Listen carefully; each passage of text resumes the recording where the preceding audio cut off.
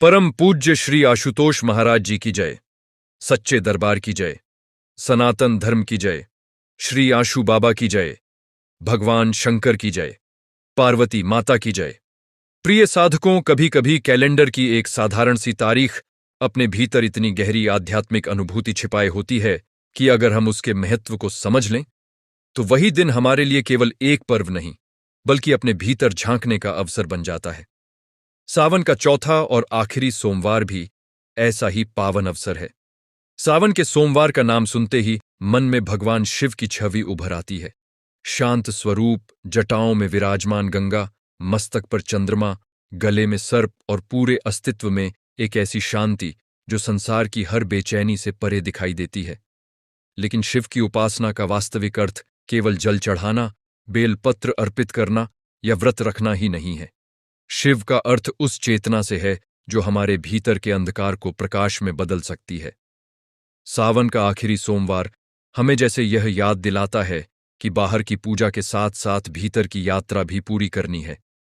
पूरे सावन में हमने भगवान शिव को जल अर्पित किया, उनकी आराधना की, मंत्रों का जाप किया, व्रत और संयम का पालन किया।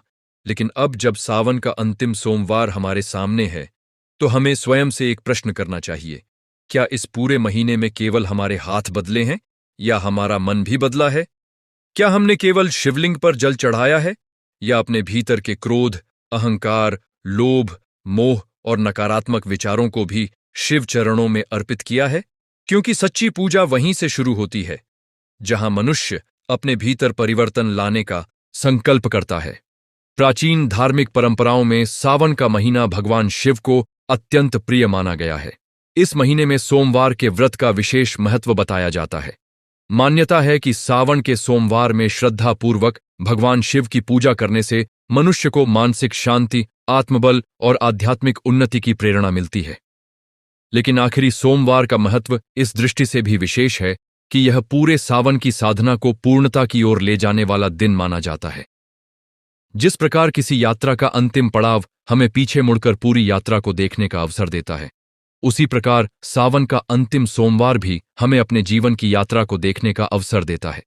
हमने क्या पाया, क्या खोया, कहाँ गलती की, किस बात पर क्रोध किया, किसके प्रति मन में द्वेष रखा, किस परिस्थिति में धैर्य खोया और कितनी बार भगवान को याद किया, इन सभी बातों का मनन इस दिन किया जा सकता है।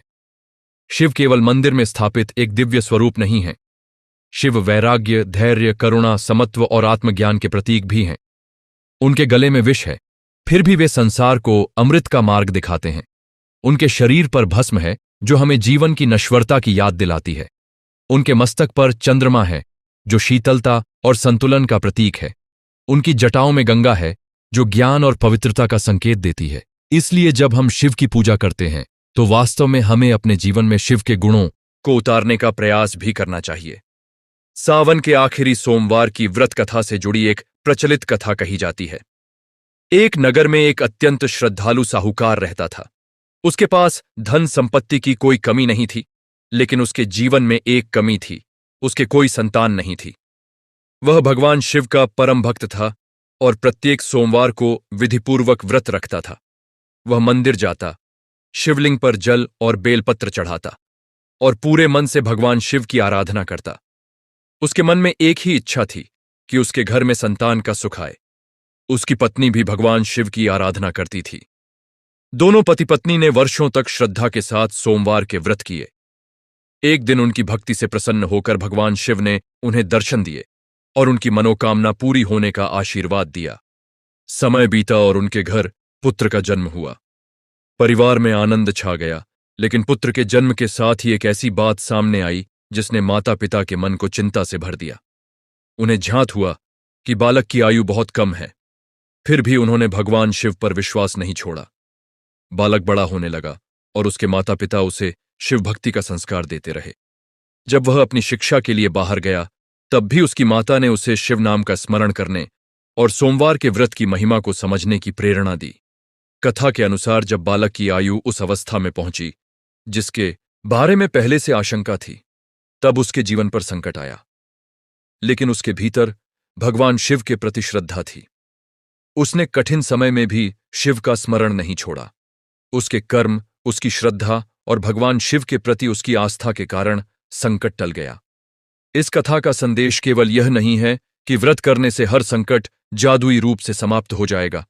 इसका गहरा अर्थ यह है कि जब मनुष्य कठिन परिस्थिति में भी अपना विश्वास, धैर्य और सदाचार नहीं छोड़ता, तब उसके भीतर ऐसी शक्ति उत्पन्न होती है जो उसे संकट का सामना करने की क्षमता देती है। शिव भक्ति मनुष्य को परिस्थितियों से भागना नहीं, बल्कि परिस्थितियों के बीच स्थिर रहना सिखाती है। जीवन में हर व्यक्ति के सामने कभी न कभी ऐसा समय आता है जब उसे लगता है कि रास्ते बंद हो गए हैं। उस समय अगर मनुष्य अपने भीतर की श्रद्धा को जीवित रखे तो वह टूटने के बजाय और मजबूत बन सकता है। इसलिए सावन के आखिरी सोमवार की व्रत कथा हमें केवल मनोकामना की पूर्ति की कहानी नहीं सुनाती, बल्कि यह विश्वास, धैर्य और आत्मबल की कहानी भी बन जाती है। इस पावन दिन प्रातःकाल उठकर स्नान करना, स्वच्छ वस्त्र धारण करना और मन को शांत करके भगवान शिव का स्मरण करना शुभ माना जाता है। पूजा की विधि अपनी श्रद्धा और परंपरा के अनुसार की जा सकती है। शिवलिंग पर जल अर्पित करते समय मन में यह भाव रखना चाहिए कि जैसे यह जल शिवलिंग पर गिरकर उसे शीतल करता है, वैसे ही मेरे भीतर के क्रोध को भी शांत करे। बेलपत्र अर्पित करते समय यह भाव रखना चाहिए कि मेरे जीवन की नकारात्मक प्रवृत्तियां भी शिव चरणों में समर्पित हों। धूप और दीप अर्पित करते समय यह संकल्प किया जा सकता है कि मेरे जीवन में अज्ञान का अंधकार कम हो और विवेक का प्रकाश बढ़े। यदि कोई व्यक्ति व्रत रखता है तो उसे अपनी शारीरिक क्षमता और स्वास्थ्य के अनुसार ही व्रत रखना चाहिए। व्रत का वास्तविक उद्देश्य शरीर को कष्ट देना नहीं, बल्कि मन को संयमित करना है। भोजन का त्याग यदि मन में क्रोध, अहंकार और चिड़चिड़ापन बढ़ा दे तो व्रत का उद्देश्य कमजोर हो जाता है। इसलिए संयम के साथ शांति, करुणा और सद्भाव रखना भी उतना ही आवश्यक है। भगवान शिव को बेलपत्र अत्यंत प्रिय माना जाता है और सावन के सोमवार में बेलपत्र अर्पित करने की परंपरा विशेष रूप से प्रचलित है। लेकिन बेलपत्र चढ़ाते समय केवल पत्ते को अर्पित करना ही पूजा नहीं है। उस क्षण मन में एक भाव होना चाहिए कि हे महादेव, मेरे जीवन के तीनों स्तर, विचार, वाणी और कर्म आपके चरणों में समर्पित हों। मेरे विचार शुद्ध हों, मेरी वाणी किसी को चोट न पहुंचाए और मेरे कर्म धर्म तथा सदाचार के मार्ग पर चलें। यही पूजा को भीतर तक ले जाने का मार्ग है। इसी प्रकार शिवलिंग पर जल अर्पित करते समय हमें यह भी याद रखना चाहिए कि शिव स्वयं हमें अहंकार छोड़ने की शिक्षा देते हैं। मनुष्य जब यह सोचने लगता है कि सब कुछ उसके नियंत्रण में है, तब जीवन उसे बार बार यह समझाता है कि वास्तव में हम परिस्थितियों के स्वामी नहीं, बल्कि उनके बीच अपने कर्मों का चुनाव करने वाले हैं। शिव की आराधना हमें स्वीकार करना सिखाती है कि जो हमारे हाथ में है उसे पूरी निष्ठा से करें और जो हमारे नियंत्रण से बाहर है उसे ईश्वर पर छोड़कर अपने मन को व्यर्थ की चिंता से मुक्त करें। सावन का आखिरी सोमवार विशेष रूप से उन लोगों के लिए भी एक सुंदर अवसर है जो अपने जीवन में किसी नई शुरुआत का संकल्प लेना चाहते हैं। यदि पिछले दिनों में कोई गलती हुई है तो उसे स्वीकार करें। यदि किसी से मनमुटाव हुआ है तो संभव हो तो उसे दूर करने का प्रयास करें। यदि किसी के प्रति मन में कटुता है तो शिव के सामने बैठकर उस कटुता को छोड़ने का संकल्प लें। यदि स्वयं से कोई गलती हुई है तो स्वयं को भी क्षमा करने की कला सीखें, क्योंकि शिव की उपासना केवल दूसरों से क्षमा मांगने का माध्यम नहीं, बल्कि अपने भीतर जमा बोझ को हल्का करने का अवसर भी है। कभी कभी हमारा सबसे बड़ा दुख कोई बाहरी परिस्थिति नहीं होती, बल्कि हमारे भीतर वर्षों से जमा हुई शिकायतें होती हैं। हम किसी पुराने अपमान को पकड़े रहते हैं, किसी की कही हुई बात को बार बार याद करते हैं और फिर उसी पीड़ा को अपने वर्तमान में लेकर चलते हैं। शिव का शांत स्वरूप हमें सिखाता है कि विष को गले तक रखना है, हृदय तक नहीं। जीवन में कुछ बातें ऐसी होती हैं जिन्हें स्वीकार करके आगे बढ़ना ही पड़ता है। व्रत कथा का पाठ करते समय श्रद्धा के साथ भगवान शिव और माता पार्वती का स्मरण करना चाहिए। शिव और शक्ति का संबंध हमें यह समझाता है कि जीवन में चेतना और ऊर्जा दोनों आवश्यक हैं। केवल शक्ति हो और विवेक न हो तो शक्ति विनाशकारी बन सकती है, और केवल ज्ञान हो लेकिन कर्म की शक्ति न हो तो ज्ञान जीवन में उतर नहीं पाता। शिव और पार्वती का स्वरूप इस संतुलन का प्रतीक माना जाता है। इसलिए सावन के आखिरी सोमवार में शिव पार्वती की पूजा करते समय अपने वैवाहिक जीवन, परिवार और संबंधों में प्रेम, सम्मान और समझ बढ़ाने का भी संकल्प लिया जा सकता है। घर में शांति केवल पूजा पाठ से नहीं आती, घर के सदस्यों के व्यवहार से भी आती है।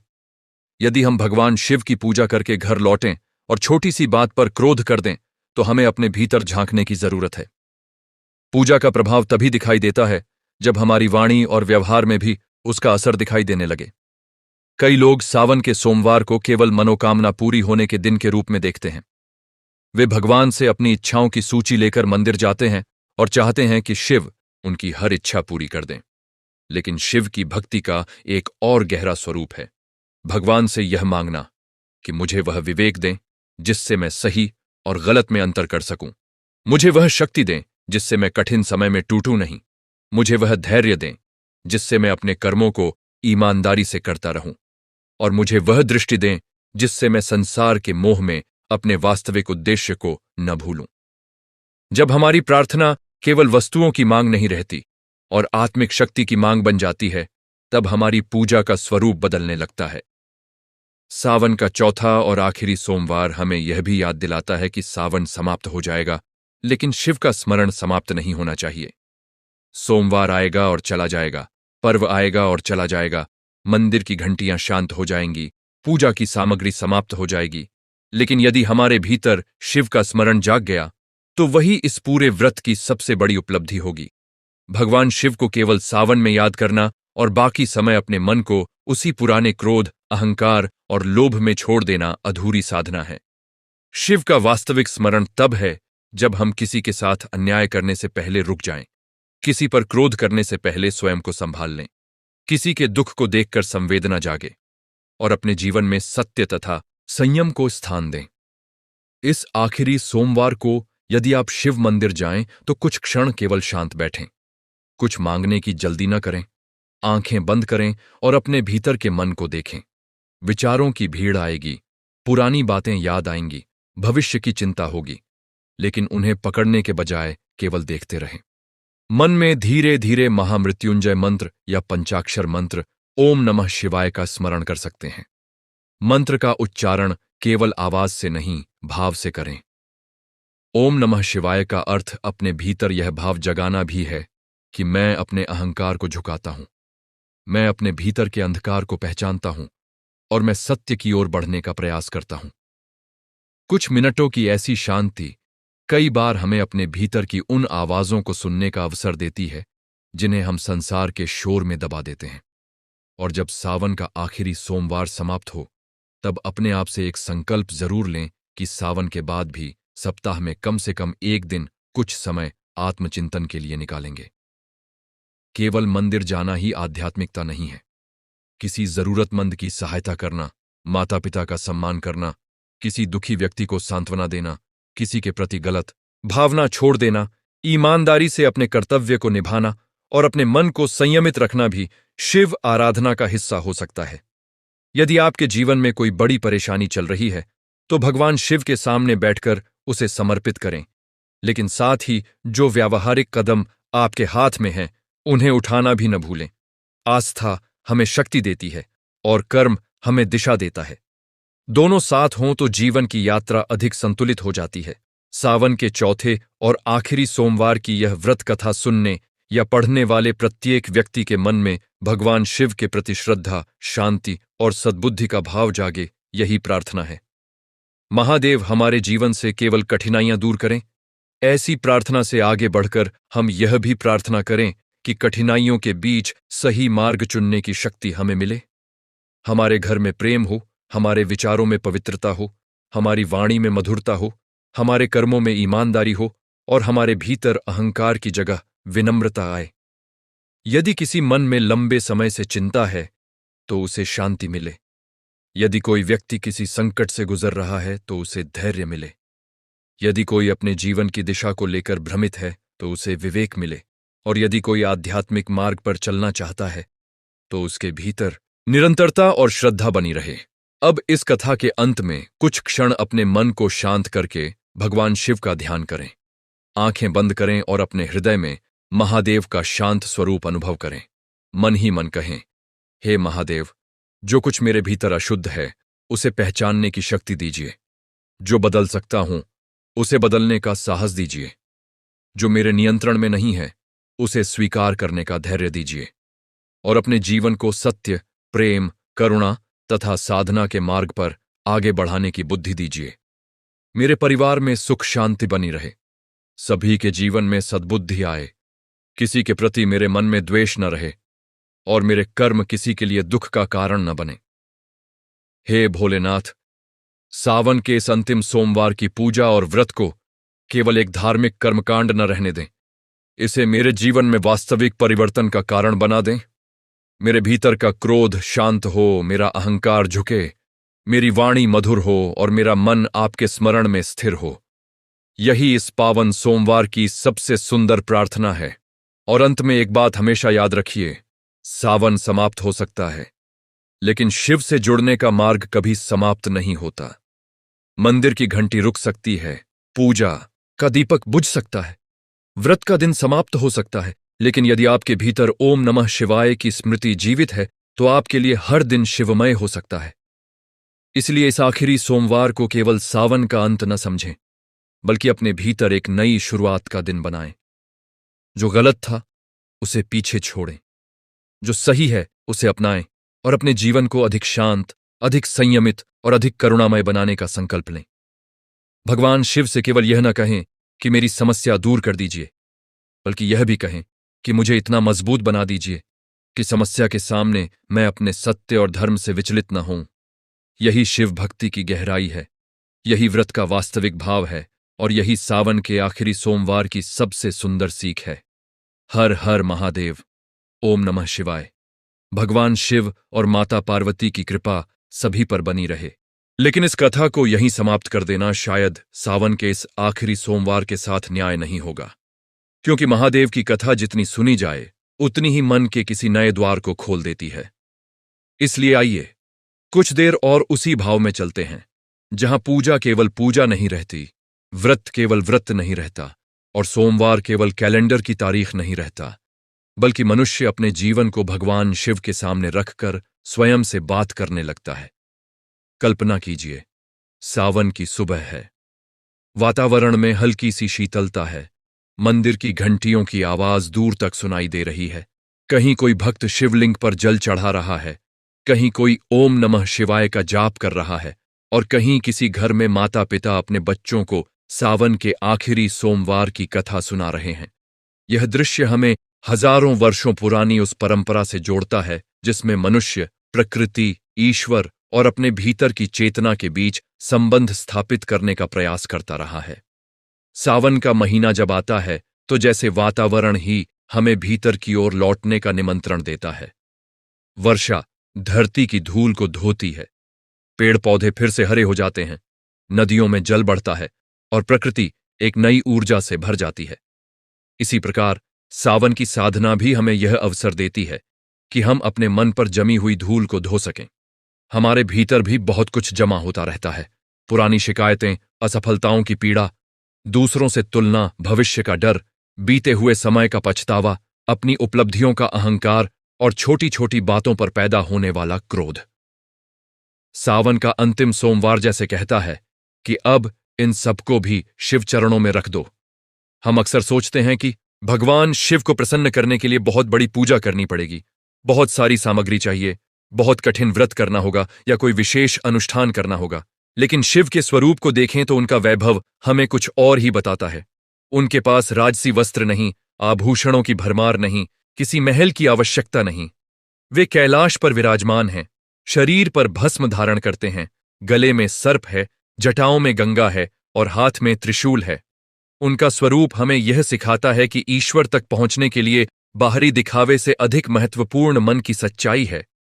यदि किसी व्यक्ति के पास बहुत कुछ है लेकिन मन में अहंकार है तो उसकी पूजा अधूरी हो सकती है, और यदि किसी के पास बहुत कम है लेकिन उसका हृदय श्रद्धा, करुणा और सत्य से भरा है तो उसकी छोटी सी प्रार्थना भी उसके जीवन में बहुत बड़ा परिवर्तन ला सकती है। इसलिए आखिरी सोमवार को भगवान शिव के सामने खड़े होकर अपने मन की सच्चाई से बात कीजिए। उन्हें अपनी परेशानियां बताइए, लेकिन केवल परेशानियां ही मत बताइए, अपनी गलतियां भी स्वीकार कीजिए। कहिए, महादेव, मुझसे भी गलतियां होती हैं। कभी मैं क्रोध में गलत बोल देता हूं, कभी अहंकार में किसी को छोटा समझ लेता हूं, कभी लोभ में सही गलत भूल जाता हूं, कभी मोह के कारण अपने कर्तव्य से दूर हो जाता हूं। मुझे अपनी इन कमजोरियों को देखने की दृष्टि दीजिए। यही आत्मस्वीकार आध्यात्मिक यात्रा की शुरुआत है। जब तक मनुष्य अपनी कमी को स्वीकार नहीं करता, तब तक उसमें परिवर्तन की संभावना बहुत कम होती है। हम अक्सर अपने जीवन की परेशानियों के लिए दूसरों को जिम्मेदार ठहराते हैं। कोई कहता है कि परिवार ने मुझे समझा नहीं, कोई कहता है कि दुनिया ने मुझे मौका नहीं दिया, कोई कहता है कि मेरे साथ हमेशा गलत हुआ, कोई कहता है कि मेरे भाग्य ने मेरा साथ नहीं दिया। लेकिन सावन का आखिरी सोमवार हमें कुछ देर रुककर यह प्रश्न पूछने का अवसर देता है कि इन सब परिस्थितियों के बीच मेरा अपना योगदान क्या रहा। मैंने किस जगह गलत निर्णय लिया, किस जगह जल्दबाजी की, किस जगह किसी की बात बिना समझे प्रतिक्रिया दे दी, किस जगह अपने अहंकार को अपने संबंधों से बड़ा बना दिया। यह प्रश्न कठिन हो सकता है, लेकिन यही प्रश्न हमें भीतर से मजबूत बनाता है। शिव का तीसरा नेत्र केवल संसार को देखने का प्रतीक नहीं है, यह भीतर देखने की दृष्टि का भी प्रतीक माना जा सकता है।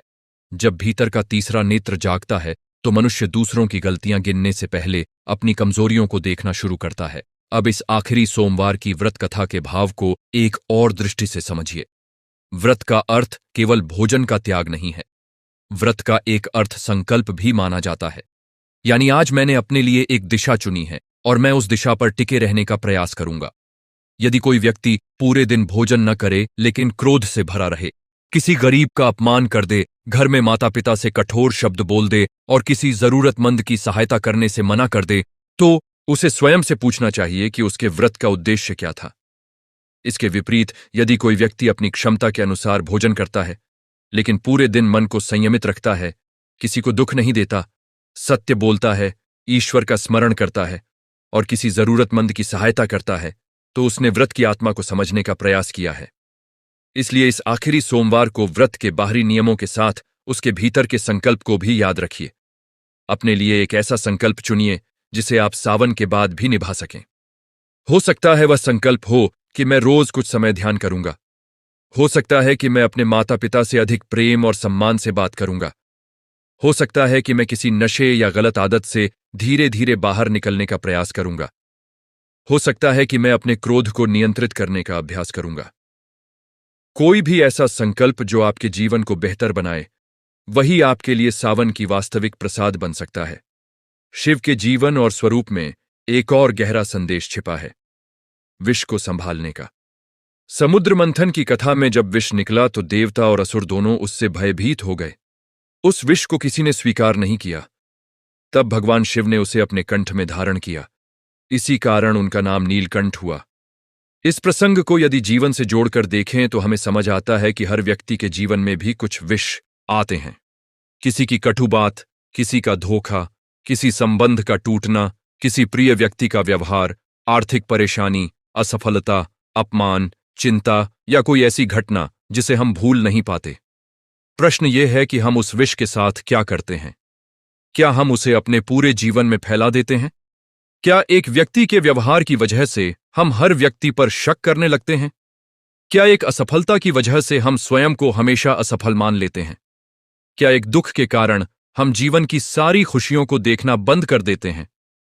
शिव का नीलकंठ रूप हमें सिखाता है कि विष को पहचानना जरूरी है, लेकिन उसे अपने पूरे अस्तित्व में फैलने देना जरूरी नहीं।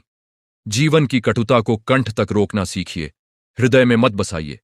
कई बार कोई व्यक्ति कहता है कि मैं भगवान की पूजा तो करता हूं, लेकिन मेरे जीवन में शांति क्यों नहीं है? इसका उत्तर शायद हमारे पूजा करने के तरीके से अधिक हमारे मन को देखने में छिपा है। अगर मंदिर से लौटते ही हम उसी व्यक्ति के प्रति द्वेष पाल लेते हैं जिसे हमने अभी मंदिर में क्षमा करने का संकल्प लिया था, तो हमें अपने भीतर के द्वंद्व को समझना होगा। यदि हम शिवलिंग पर जल चढ़ाते हुए कहते हैं कि महादेव मेरे मन को शांत करे, लेकिन कुछ ही देर बाद किसी छोटी बात पर क्रोध से भर जाते हैं, तो हमें यह देखना होगा कि हमारे भीतर कौन सी आदत बार बार हमें अस्थिर कर रही है। इसका अर्थ यह नहीं कि पूजा व्यर्थ है, बल्कि इसका अर्थ यह है कि पूजा को जीवन में उतारने की आवश्यकता है। पूजा हमें दिशा देती है, लेकिन कदम हमें स्वयं उठाने होते हैं। प्रार्थना हमें शक्ति देती है, लेकिन परिवर्तन के लिए अभ्यास हमें करना पड़ता है। सावन के आखिरी सोमवार की शाम का भी अपना सुंदर भाव है। दिन भर की पूजा के बाद जब सूर्य ढलता है और वातावरण शांत होने लगता है, तब यदि संभव हो तो कुछ समय दीपक के सामने बैठकर भगवान शिव का ध्यान करें। उस समय अपने पूरे सावन को याद करें। आपने कितने सोमवार व्रत रखे, कितनी बार मंदिर गए, कितनी बार शिव नाम लिया। इन सब की गिनती से अधिक महत्वपूर्ण यह देखिए कि आपके भीतर क्या बदला। शायद आप पहले से थोड़ा शांत हुए हों, शायद आपने किसी से क्षमा मांग ली हो, शायद आपने किसी गलत आदत को छोड़ने का प्रयास शुरू किया हो, शायद आपकी कोई मनोकामना पूरी न हुई हो, फिर भी आपके भीतर भगवान के प्रति विश्वास बना हुआ हो।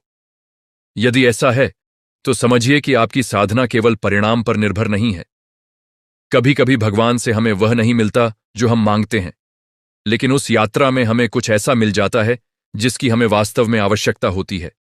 धैर्य, विवेक, आत्मबल या भीतर की शांति। एक भक्त की सबसे बड़ी परीक्षा तब नहीं होती जब उसकी इच्छा पूरी हो जाती है।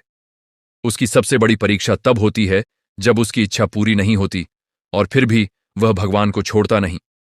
जब सब कुछ मन के अनुसार हो रहा हो, तब कहना कि मैं भगवान पर विश्वास करता हूं बहुत आसान है। लेकिन जब परिस्थितियां विपरीत हों, जब प्रार्थना का उत्तर तुरंत दिखाई न दे, जब मेहनत के बाद भी परिणाम न मिले और फिर भी मनुष्य यह कहे कि मैं अपना कर्तव्य करता रहूंगा और अपने विश्वास को नहीं छोड़ूंगा, यह श्रद्धा की गहराई है।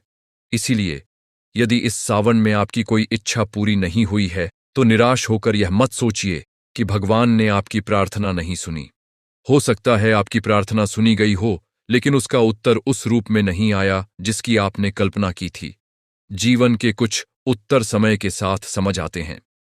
शिव का एक नाम आशुतोष भी है, अर्थात शीघ्र प्रसन्न होने वाले। लेकिन आशुतोष का भाव केवल यह नहीं कि भगवान जल्दी प्रसन्न हो जाते हैं। यह भी समझा जा सकता है कि शिव भक्त के सरल भाव को स्वीकार करते हैं। एक लौटा जल, कुछ बेलपत्र और सच्चे मन की प्रार्थना भी भक्त के लिए पर्याप्त हो सकती है। इसलिए अपनी पूजा को दूसरों से तुलना करके मत देखिए। कोई व्यक्ति बड़ा आयोजन कर रहा है, कोई लंबी पूजा कर रहा है, कोई मंदिर में विशेष अभिषेक कर रहा है।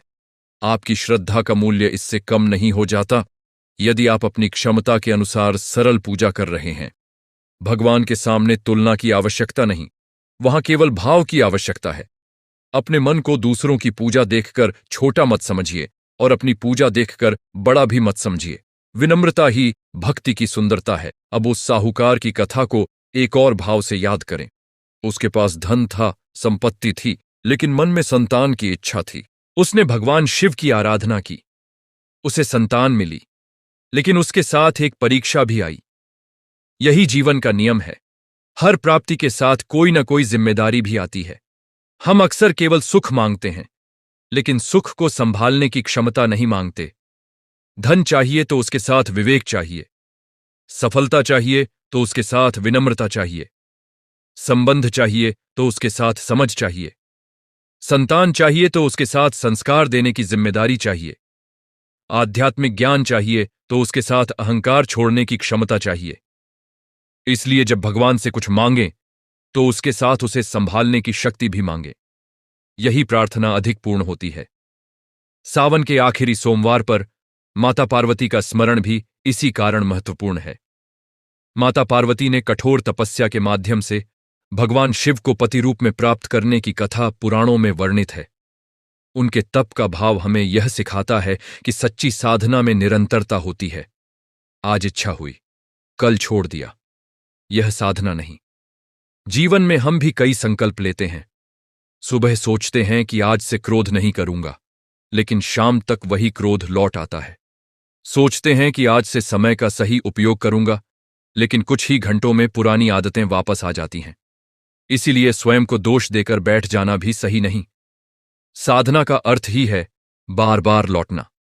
मन भटका तो वापस लाना, क्रोध आया तो पहचानना, गलती हुई तो सुधारना और गिर गए तो फिर उठना। यही निरंतरता धीरे धीरे मन को बदलती है। शिव की जटाओं से बहती गंगा का स्मरण करते हुए हम अपने जीवन में भी यह विचार कर सकते हैं कि ज्ञान का प्रवाह रुके नहीं। मनुष्य जब सीखना बंद कर देता है तो उसके भीतर जड़ता आने लगती है। इसलिए आध्यात्मिक जीवन का अर्थ संसार से भाग जाना नहीं, बल्कि संसार के बीच रहते हुए जागरूक होना भी है। परिवार में रहकर संयम सीखना, नौकरी या व्यवसाय में ईमानदारी रखना, लोगों के बीच रहकर अपने विचारों को शुद्ध रखना, सफलता के बीच अहंकार से बचना और असफलता के बीच निराशा से बचना, यही वास्तविक परीक्षा है। कैलाश पर बैठकर शांत रहना आसान हो सकता है, लेकिन बाजार की भीड़ में, परिवार की जिम्मेदारियों के बीच और जीवन की समस्याओं में शांत रहना अधिक बड़ी साधना है। आज के समय में मनुष्य के पास सुविधाएं पहले से अधिक हैं, लेकिन मन की शांति कई बार पहले से कम दिखाई देती है। मोबाइल की स्क्रीन पर लगातार जानकारी आती रहती है, दूसरों के जीवन से तुलना होती रहती है, भविष्य की चिंता रहती है और मन एक विचार से दूसरे विचार तक भागता रहता है। ऐसे समय में शिव का ध्यान हमें ठहरना सिखाता है। कुछ मिनट बिना किसी स्क्रीन के, बिना किसी शोर के, केवल अपने साथ बैठना भी आज की दुनिया में एक बड़ी साधना बन सकता है। सावन का आखिरी सोमवार इस अभ्यास को शुरू करने का सुंदर अवसर है। रोज कुछ मिनट ओम नमः शिवाय का जाप करें, सांस पर ध्यान दें और अपने मन को धीरे धीरे शांत होने दें। यह किसी चमत्कार की गारंटी नहीं है, लेकिन नियमित अभ्यास आपके ध्यान और आत्म जागरूकता को मजबूत कर सकता है। अब कल्पना कीजिए कि मंदिर में आरती शुरू हो चुकी है, घंटियां बज रही हैं, दीपक की लौ शिवलिंग के सामने घूम रही है और भक्त एक स्वर में महादेव का नाम ले रहे हैं। उस समय आंखें बंद करके एक क्षण के लिए यह अनुभव करें कि आपके भीतर भी एक दीपक जल रहा है। बाहर की आरती कुछ देर बाद समाप्त हो जाएगी, लेकिन भीतर का दीपक यदि जलता रहे तो जीवन की दिशा बदल सकती है। उस दीपक का तेल है सत्संग, साधना, सदाचार और आत्मचिंतन। उसकी लौ है विवेक और उसकी रोशनी है शांति। जब हम अपने भीतर के इस दीपक की देखभाल करना शुरू करते हैं, तब धीरे धीरे बाहरी परिस्थितियों का प्रभाव कम होने लगता है। समस्याएं पूरी तरह खत्म हों, ये जरूरी नहीं, लेकिन समस्याओं के बीच हमारा मन पहले जैसा टूटता नहीं। और अब एक बहुत महत्वपूर्ण बात, सावन के आखिरी सोमवार की पूजा करते समय दूसरों के लिए भी प्रार्थना कीजिए। केवल अपने परिवार, अपने सुख और अपनी मनोकामना के लिए नहीं, उन लोगों के लिए भी प्रार्थना कीजिए जिनसे आपका मतभेद है। यह आसान नहीं होगा, लेकिन यही मन को बड़ा बनाता है। मन में कहिए, हे महादेव, मेरे जीवन में जिन लोगों के साथ मेरा मतभेद है, उन्हें भी शांति दीजिए और मुझे भी सही दृष्टि दीजिए। यदि गलती मेरी है तो मुझे स्वीकार करने की शक्ति दीजिए, और यदि सामने वाले की गलती है तो मुझे क्षमा करने का सामर्थ्य दीजिए। इस तरह की प्रार्थना धीरे धीरे मन के भीतर जमा कटुता को कम कर सकती है। यदि घर में कोई बुजुर्ग हैं तो उनका आशीर्वाद लें। यदि माता पिता हैं तो उनके चरण स्पर्श करें या प्रेम से उनसे बात करें। यदि परिवार में किसी से नाराजगी है तो संभव हो तो उस नाराजगी को कम करने की पहल करें, क्योंकि भगवान शिव की पूजा करके लौटकर अपने ही घर में शांति न रखना हमारे लिए आत्मचिंतन का विषय होना चाहिए। शिव परिवार का स्वरूप हमें परिवार में अलग अलग स्वभावों के साथ सामंजस्य का संदेश देता है। नंदी, गणेश, कार्तिकेय, माता पार्वती और शिव सभी के प्रतीकात्मक स्वरूप हमें बताते हैं कि अलग अलग प्रकृतियों के बीच भी एक परिवार का संतुलन संभव है। इसलिए इस आखिरी सोमवार को अपने घर को भी एक छोटा सा तीर्थ बनाने का संकल्प लें, जहां वाणी में सम्मान हो, भोजन में प्रेम हो, व्यवहार में करुणा हो और विवाद के बाद संवाद की संभावना बनी रहे। अब व्रत की कथा सुनने वाले हर व्यक्ति से मन ही मन एक प्रश्न, यदि आज भगवान शिव आपके सामने प्रकट होकर केवल एक वर मांगने को कहें तो आप क्या मांगेंगे? धन, सफलता, लंबी आयु, कोई संबंध, कोई अवसर? शायद इनमें से कोई भी गलत इच्छा नहीं है, लेकिन एक बार यह भी सोचिए कि यदि आप केवल एक चीज मांग सकते हों तो क्या आप विवेक मांगेंगे? क्योंकि विवेक होगा तो धन का सही उपयोग कर पाएंगे, धैर्य होगा तो कठिनाई में टूटेंगे नहीं, स्वास्थ्य की देखभाल करने की बुद्धि होगी तो जीवन बेहतर संभाल पाएंगे, प्रेम और करुणा होगी तो संबंध सुंदर बनेंगे। इसलिए सबसे बड़ी प्रार्थना शायद यही हो सकती है, हे महादेव, मुझे ऐसा मन दीजिए जो सही समय पर सही निर्णय ले सके। सावन का चौथा और आखिरी सोमवार समाप्त होने के बाद जब हम सामान्य जीवन में लौटेंगे, तब असली परीक्षा शुरू होगी। मंदिर की शांति से बाहर निकलकर जीवन की भागदौड़ में वापस जाना होगा। वही लोग मिलेंगे, वही काम होंगे, वही जिम्मेदारियां होंगी और शायद वही समस्याएं भी होंगी। लेकिन यदि हमारे भीतर थोड़ी सी भी शांति बढ़ी है तो हमारा सामना करने का तरीका बदल सकता है। यही साधना की पहचान है। संसार बदलना हमेशा हमारे हाथ में नहीं, लेकिन संसार को देखने का हमारा दृष्टिकोण बदलना हमारे प्रयास से संभव हो सकता है। और जब दृष्टिकोण बदलता है तो वही परिस्थिति जो कल हमें असहनीय लगती थी, आज हमें एक सीख जैसी लग सकती है। इसलिए इस आखिरी सोमवार को अपने मन में यह बात गहराई से बैठा लीजिए कि भगवान शिव केवल संकट हरने वाले देवता के रूप में ही नहीं, बल्कि हमें भीतर से मजबूत बनाने वाले आराध्य भी हैं। हर हर महादेव का उच्चारण केवल एक जयकारा नहीं, बल्कि एक स्मरण हो सकता है कि हर प्राणी में वही चेतना है, हर जीवन का अपना संघर्ष है और हर व्यक्ति के भीतर परिवर्तन की संभावना है। जब हम किसी दुखी व्यक्ति की सहायता करते हैं, जब किसी भूखे को भोजन देते हैं, जब किसी परेशान व्यक्ति की बात सुनते हैं, जब किसी कमजोर को सहारा देते हैं, तब हमारी शिव भक्ति व्यवहार में उतरती है। मंदिर में जल चढ़ाना श्रद्धा है, लेकिन जीवन में करुणा बहाना उस श्रद्धा का विस्तार है। अब धीरे धीरे इस कथा को अपने अंतिम भाव की ओर ले चलते हैं। सावन का यह आखिरी सोमवार हमें एक ऐसी यात्रा के अंत में खड़ा करता है जिसकी शुरुआत शायद पहली बारिश के साथ हुई थी। हमने भगवान शिव को याद किया, उनके नाम का जाप किया, व्रत रखा, कथा सुनी और पूजा की। लेकिन अब महादेव जैसे हमसे कह रहे हैं, केवल मुझे मत खोजो, अपने भीतर भी खोजो। केवल मेरे मंदिर में मत आओ, अपने मन को भी मंदिर बनाओ। केवल मेरे सामने दीपक मत जलाओ, अपनी बुद्धि में भी विवेक का दीपक जलाओ। केवल मुझे बेलपत्र मत चढ़ाओ, अपने अहंकार की पत्तियां भी मेरे चरणों में रखो। केवल जल से मेरा अभिषेक मत करो, अपने क्रोध को भी शीतल करो। केवल मंत्र का जाप मत करो, अपनी वाणी को भी पवित्र बनाओ। और केवल सावन में मेरा स्मरण मत करो, अपने जीवन के हर दिन में सत्य, संयम और करुणा को स्थान दो। जब आखिरी बार इस सावन के सोमवार की आरती की आवाज सुनाई दे, तब मन में कोई शिकायत लेकर मत बैठिए। जो मिला उसके लिए धन्यवाद दीजिए, जो नहीं मिला उसके लिए धैर्य रखिए, और जो करना बाकी है उसके लिए संकल्प लीजिए।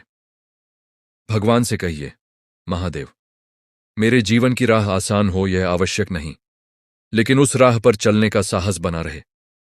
हर समस्या दूर हो यह आवश्यक नहीं, लेकिन समस्या के सामने मेरा विवेक न खोए। हर व्यक्ति मेरी इच्छा के अनुसार व्यवहार करे यह आवश्यक नहीं, लेकिन मैं अपने व्यवहार को धर्म और करुणा के अनुसार रख सकूं। मेरी हर इच्छा पूरी हो यह आवश्यक नहीं, लेकिन मेरी हर इच्छा के पीछे सही विवेक हो। और जब कभी मैं अपने मार्ग से भटक जाऊं तो मुझे फिर से सही दिशा पहचानने की शक्ति मिल जाए। हे महादेव, सावन के इस चौथे और आखिरी सोमवार पर जो भी भक्त श्रद्धा से आपका स्मरण कर रहा है, उसके जीवन में शांति का भाव जागे। जो व्यक्ति चिंता में है उसे धैर्य मिले, जो असफलता से परेशान है उसे फिर प्रयास करने की शक्ति मिले, जो किसी संबंध के टूटने से दुखी है उसे भीतर से संभलने की क्षमता मिले, जो आर्थिक कठिनाइयों से गुजर रहा है उसे सही निर्णय और कर्म करने की शक्ति मिले, जो अपने जीवन की दिशा को लेकर भ्रमित है उसे विवेक मिले, और जो आध्यात्मिक मार्ग पर चलना चाहता है उसे निरंतरता मिले। हमारे परिवारों में प्रेम बना रहे, हमारे घरों में सम्मान बना रहे, हमारे मन में श्रद्धा बनी रहे और हमारे कर्मों में मानवता बनी रहे। और अब अंत में एक बार अपने मन में धीरे धीरे बोलिए, ओम नमः शिवाय।